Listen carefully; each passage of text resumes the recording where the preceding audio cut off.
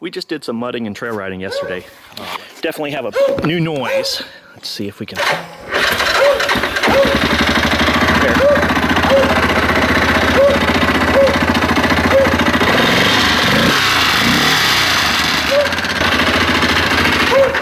So definitely a loud clapping or slapping noise. To me, I kind of think it's going to be a timing chain, but I don't know yet. So I wanted to kind of go through my process of narrowing down where the noise is coming from and what I suspect it to be, and initial teardown to kind of assess the damage.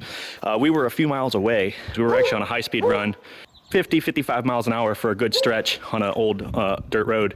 The power loss does not seem to be there at all, though. It seems to have full power, so we ended up riding it back home. I do think the noise is getting a little louder.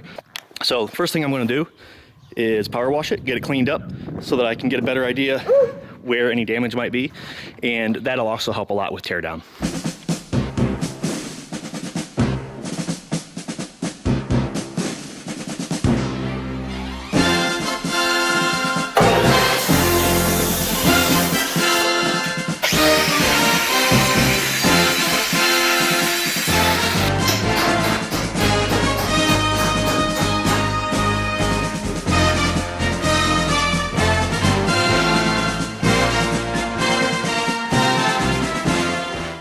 One of the first things you want to do when you start having a problem is start checking your fluids, make sure you have oil, proper levels, coolant, things like that. So because this seems like to be like an engine noise to me, the first thing I want to check is one, we have coolant and engine oil. I checked this yesterday on the trail, so I don't expect it to be a problem. This is a Grizzly, Yamaha Grizzly 660. I believe it's an 04. It's going to be pretty high mileage. The problem I'm experiencing could be just normal wear and tear due to the age and mileage, but the oil's dirty. I definitely need to change it. It's due for a change, but it is showing oil on the dipstick. I'm going to take this mechanic stethoscope and I'm going to go ahead and listen, and I'm going to check the crank to see if the noise is louder, and I'm going to check the top end of the engine and see if I can figure out if the noise is coming from the top end or the crankcase, or on the other side is the belt housing with a centrifugal clutch.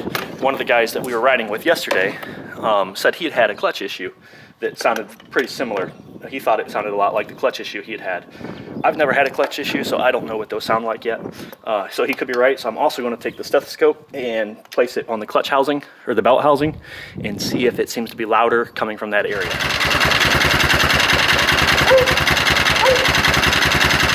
The crankcase sounds pretty normal. You hear some rotating noises, but that's normal. It sounds like you can hear the crank bearings, they sound pretty good. I hear it very loud right here. It's a very metallic tapping noise in that area. So it's in the top end of this engine. Stuff up here by the valve. Still pretty loud, but I think it's a little louder here. That might be where the slap is happening. Let's go ahead and check the other side.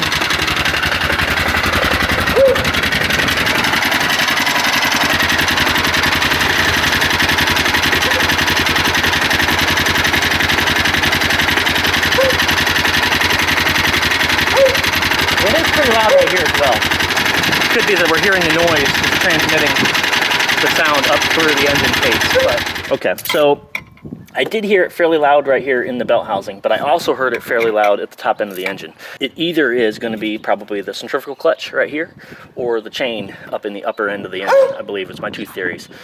This is the easier to remove of the two, so it makes sense to check that one first. You've got the belt cover off here, and I don't see anything in the centrifugal clutch or the belt drive that seems to be related to the issue. I started it up, revved the motor, and nothing seems to be wrong. Everything seems to be in pretty good condition as far as the belt housing goes. So I think we can safely eliminate that. A couple things that make teardown, I guess the reassembly go a lot better, is as you're removing major components, I like to put all the screws for that item. Like for example, I labeled this bag step plastic, and I've got all my bolts that were related to taking the step and the plastic off for that assembly. And then the belt cover bolts, I've got another bag labeled belt cover. Okay, I've got the front rack, some of the plastic off the top, which then allows you to get the tank cover off, and then the tank itself. You see sitting over there. And that allows me to get to the top of this engine a lot better. There's a, I don't have the book for this motor, and I've never had this motor apart, so I'm not super familiar with it yet, but there's a cover right here, and as well as something right here, and that may be my timing chain tensioner right here. I'm not positive. That comes off, and you can see in here that we can have access to the top of the valve. And I took the starter and I turned it over until I had released the tension on these valves. You should find a position where there should be just an ever slight bit of play on these rocker arms. It's less than, I mean, I didn't put a feeler gauge in there, but it's a very small amount of movement, which is usually normal. And you want to feel that very small amount of movement on each one of these lifters, which means I don't think my noise is coming from the top of the valves. If there had been a lot of play here, you would feel the smack, you would be hearing the smack as the lifter is striking the top of the valves. So that is one more thing that we've eliminated as a possible cause. Everything in here looks pretty good. Okay, I've removed this component here, which is the 2 bolts on the outside. Remove it, and it doesn't appear to be broken in any way. I do believe this is the timing chain tensioner, and I don't feel any movement in here. It doesn't seem, nothing seems obviously wrong.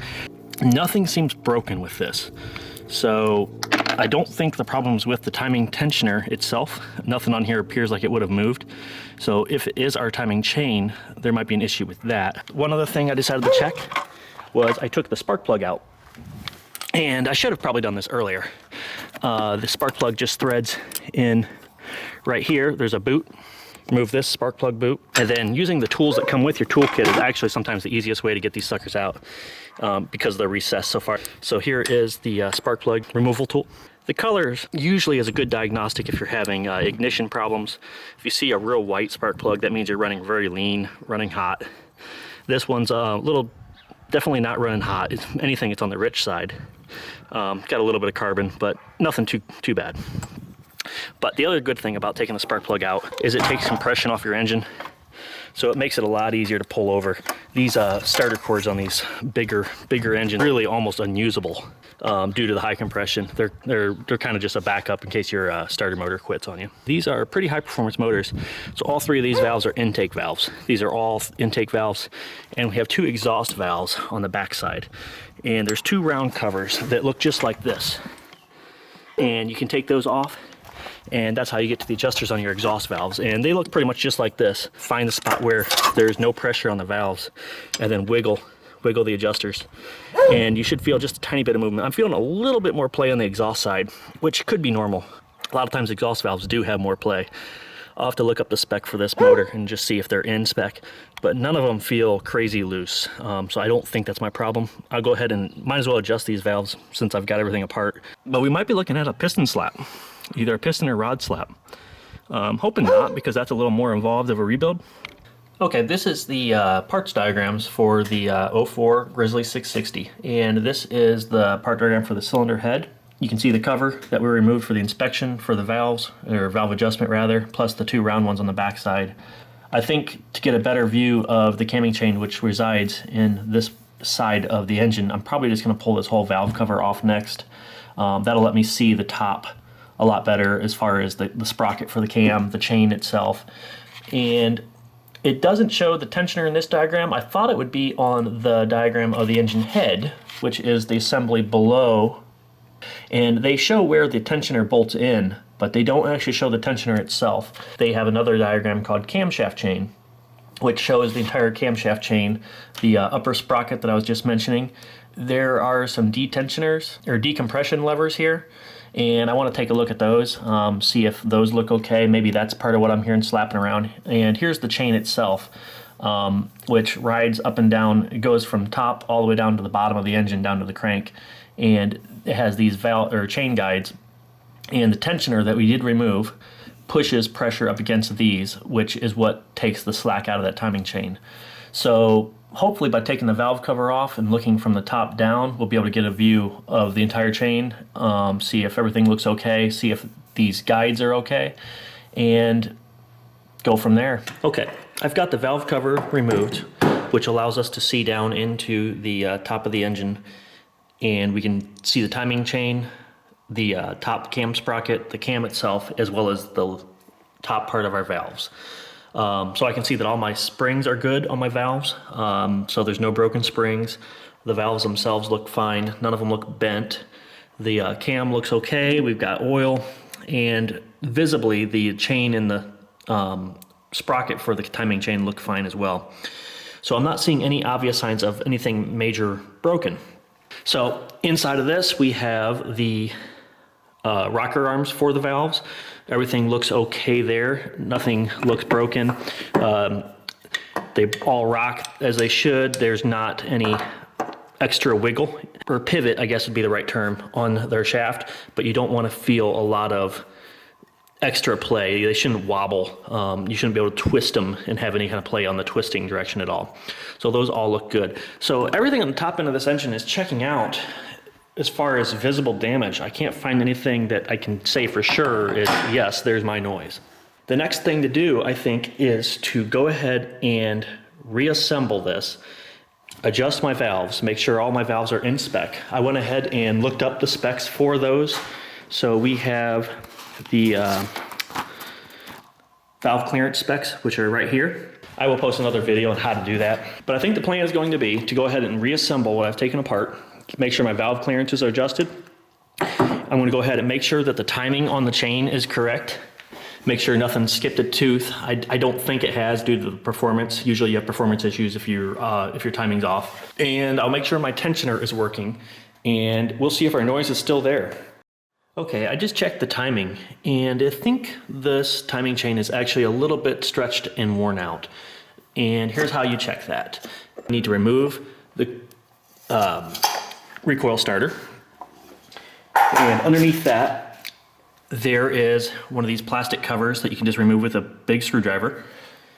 And then you can take a 17mm ratchet and you can turn your engine over, and there is a mark. I'm gonna grab a flashlight here. Right there on the flywheel inside there on the crankshaft. And then there's also a line in the threads of the hole, and you want to put those lines perfectly lined up with each other. That puts your piston at top dead center. And you also want to make sure you're on the compression stroke. Okay, you can tell if you're on the compression stroke by looking at the top of your cam. And if you see these two holes, one there and one there on the cam surface, if they're at the top, then you are on your compression stroke. So with this lined up down here, with this on the compression stroke, you should then have, once we get this to focus here, there's a little dot right there on the timing sprocket. That should be completely lined up with the edge of the head. And there's another one on the back side, which you can see with, if you take your plastic off, you can see it a little bit easier. If you don't take your plastic off, you can see it with a mirror, and you can see the dot there. If everything's timed 100% perfect, this dot, and you want it to be flush with the surface of the head, just like we had over here. Both those marks should be equally balanced with this head, and they're not quite. They're close, but they're not quite. If I balance these guys perfectly with the surface of the head, when I come back down here and look at the timing mark on the crank, you'll see when you look in that window, it's not lined up anymore. It's off, not a lot. You can see the mark, it's still within view, but it's no longer lined up with our index, which is this right here in the threads.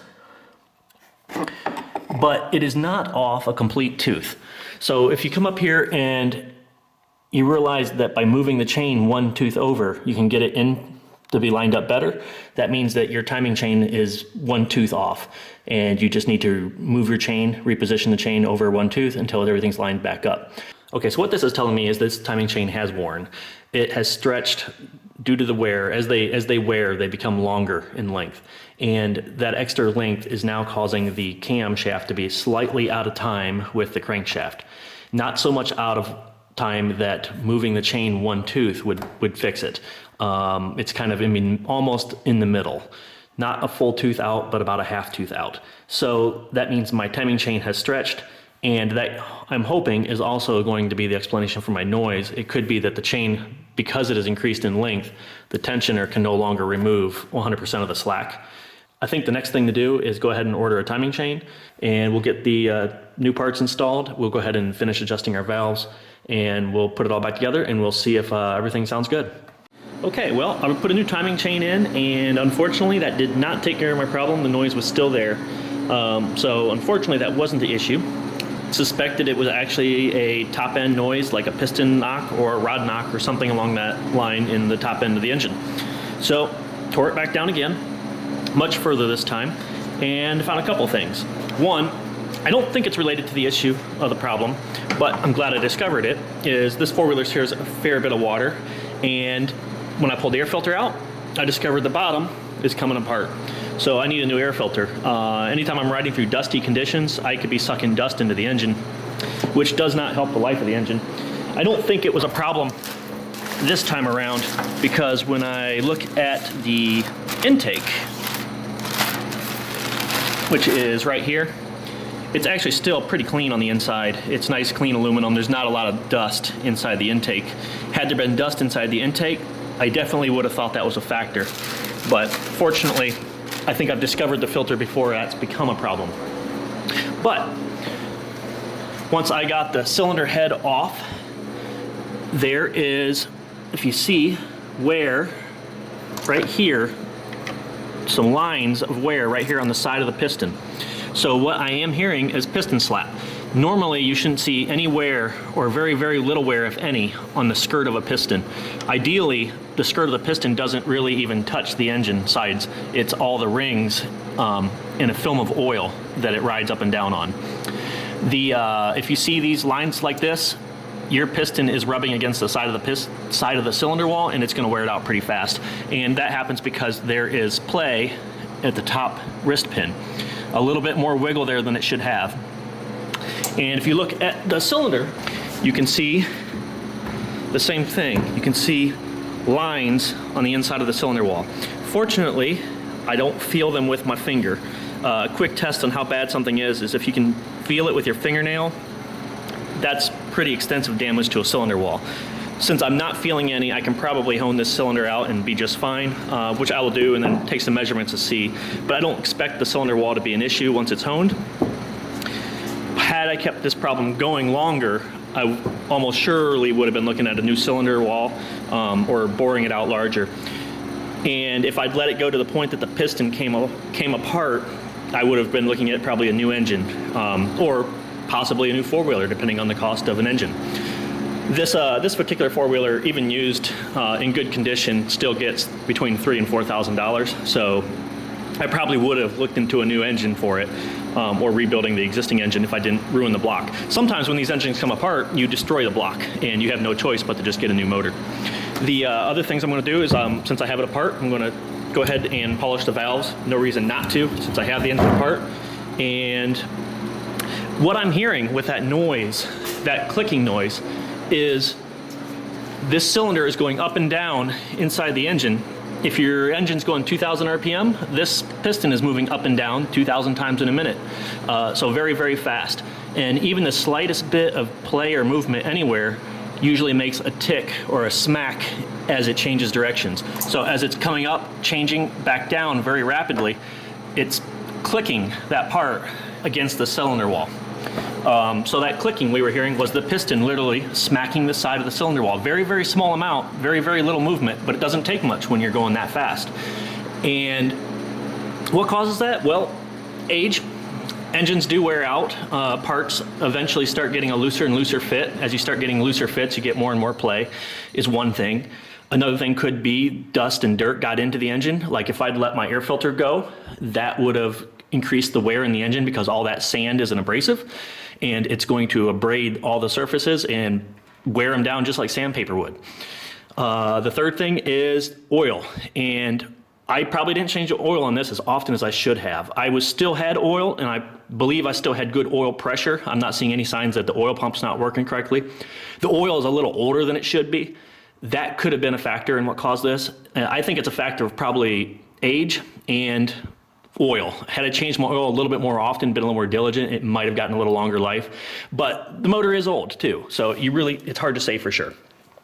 Had I ignored this problem and just let it go, the amount of wear that it is now getting because of that movement and that smacking is much, much larger than the normal wear. So that knock would become increasingly worse at a very fast rate. It would keep getting louder and louder in a very short amount of time. And eventually, it probably would have got to the point that this was gouging into the cylinder wall, or it could even have locked up and jammed, or this wrist pin could eventually get so loose that once it binds and wedges in there, you're gonna probably break a rod. When you break a rod, the engine doesn't stop moving right away. It takes a while for it to come to a complete stop. And when that happens, that rod smacks all over the place. And a lot of times it'll blow a hole right in the side of the cylinder or in the side of the crank. Many times engines throw a rod. They're not actually just throwing a rod. Something usually caused the rod to break, and then the pieces of the rod just explode like a grenade, and they will often destroy the engine block at the same time. So these are things you don't usually want to ignore, unless the engine is so old and the vehicle is so old that you just really don't intend to fix it. Then it may make sense to drive it until it's done. And at that point, the vehicle is going to be junk unless you want to invest in a new engine. Right now, because I did tear this down, I ordered a new piston kit for it with rings. It's actually an aftermarket Wiseco piston, rings, wrist pin, and I'm going to hone the cylinder. And I also bought new brake pads. I looked at about $200 in parts. So if you had the time and enjoy taking things apart and working on them, this is going to cost me about $200. If I had let it go, I'd be looking at either a new engine or a new four-wheeler, and that's much, much more money. I'll get the new parts in, I'll put this back together, and we should be good to go. I'll probably do an update to this video at that point in time and let you see how it turned out.